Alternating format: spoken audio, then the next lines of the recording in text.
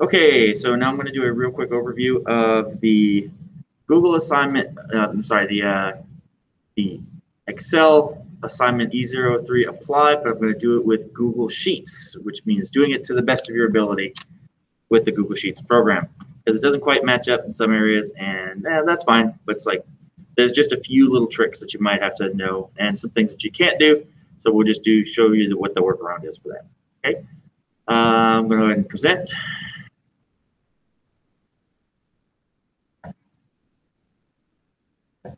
So here's the document, and we can make a few things happen here with this. First off, it says that we've got to save it to the right place. So you can go ahead and you can, honestly, this is like, it's going to be something that you just it automatically saves itself in Google Chrome. So don't worry about saving it necessarily. You can if you want to. You can always do File, and then you can download it as an Excel file if you've got Excel. But you know, that's like one of the things that you can do. You can make a copy. A lot of times you will have to get a copy from the document. Whenever you open it up from My Classroom, you can make a copy of your own, and this gives you your own copy so that you can work on it and then turn it into me. Okay, now step 2 is the one that talks about saving stuff. Step 3, inserting a header that's got your name on it. Okay, so a little bit different in this program than it is in Word. First off, you're not going to find it anywhere in here. It's actually part of the printing function. So go to File. Okay, go to Print. And down here at the bottom of this print page, you see a little header and footer drop-down menu.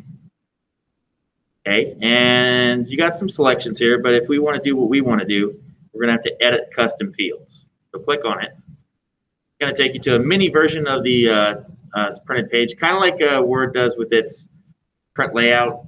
This is kind of a print layout. So we're going to go last name, first name. You can do it whichever way you want. The next thing says that you are going to put in the date code. Okay. Now, you can like see that there's some words up here. It's like, you know, workbook title, sheet name, page number, page name, stuff like that. These are some options. These are some automated options that you can get in your document. Okay, so for the date thing that we're talking about, you can go ahead and select one of these date formats. Doesn't really matter which one. This one's fine, date 1. Okay, so the little instruction has, that's not really what I wanted to do. Okay, you can see that it's got like a set of parentheses around a date, and that basically tells Sheets what to do. And then you can go here to the right-hand side, and there's automatic page numbering thing. You can choose to have just a 1, or you can say page 1, or you can say PG1, whichever one you want. So the first one's fine. Doesn't matter. Okay. Now, once you're done, you can click Confirm, and now you can see that you've got those listed at the top of your document, like you do in your Word document. Okay. So now cancel out of that. Okay. Now the first thing on step 4 says click A12, use pick from drop-down menu, and enter enter Village Green. There isn't with that thing. Remember what I said about Excel and Sheets. Sheets is a lightweight version of Excel with only some stuff that's, you know, really necessary functions. This drop-down menu thing is not a necessary function, so it just doesn't have it. So Village. Now you can see. Oh, look at that! It's auto-filling in the information. It's like Village Green was already there. So we're going to type in Village Green. It's like halfway already there. So press Enter, and the rest of it pops up. Now the rest of it, we type in Mike's Steakhouse. Nope. Okay. Gribaldi's Ristorante. That's good, man. That sounds like a good place to eat. Java Cafe. Oh, look, that's filling in already with Java Cafe. Cafe Latte. Oh, look, already filling in. Good times. And once again, the old Village Green. Press Enter. Now go back up here. B12. Same thing. White bread. Now notice that as you type in, it's like wheat bread. You're like, no. Keep typing white bread. Okay. And pastry. Oh, pastry assortment pops up just like that. Garlic bread. It's a new thing, so no pop up. Now this one says muffin assortment.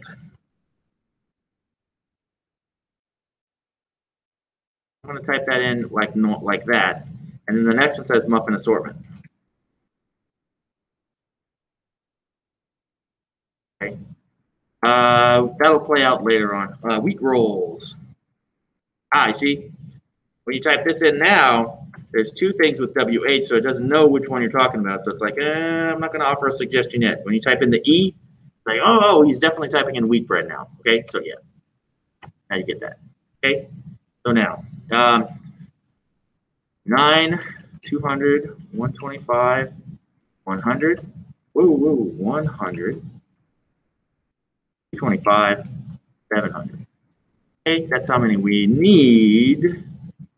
Now the shipped, how many do we ship? 9, 200, 2,200. 125, 100, 175, and 650. Okay, so now you can see there's a little formula here on the side. It says how much we need minus how much we've shipped. That's how many we owe. So each one of the things on this line is how many more do we need to bake. Okay. All right, so that information is in there. Click cell D10, change the entry to 0. So D10, we made a mistake. We actually made none. Okay, D13, go to 160. All right, let's go in there and type right over it. D15 and go to 48. Okay, so we still owe a few here. Now click on cell A1. Okay. Now we're going to do spell checker. And spell checking, not hard to do. Okay. Tools, spelling, spell check. Okay. No spelling suggestions, really. Search the rest of the document. Steakhouse.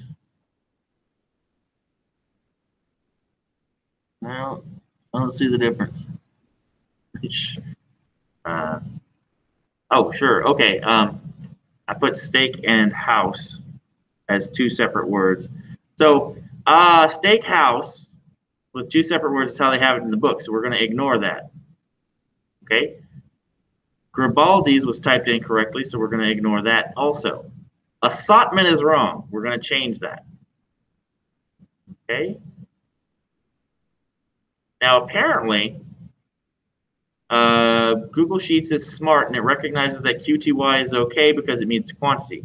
Excel would have flagged QTY as a misspelled word, and it would have come up and you would have said ignore all because you've got QTY like 3 times.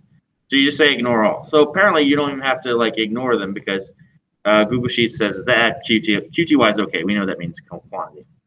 Okay, so once you've got all that done, you say okay, you get that off the screen, and you're done. Your document is complete and whole and wonderful, and you don't have to worry about it anymore.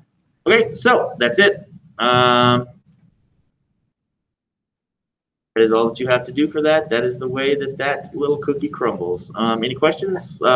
Shoot me an email, get this done, and turn it in. Thanks a lot. Bye.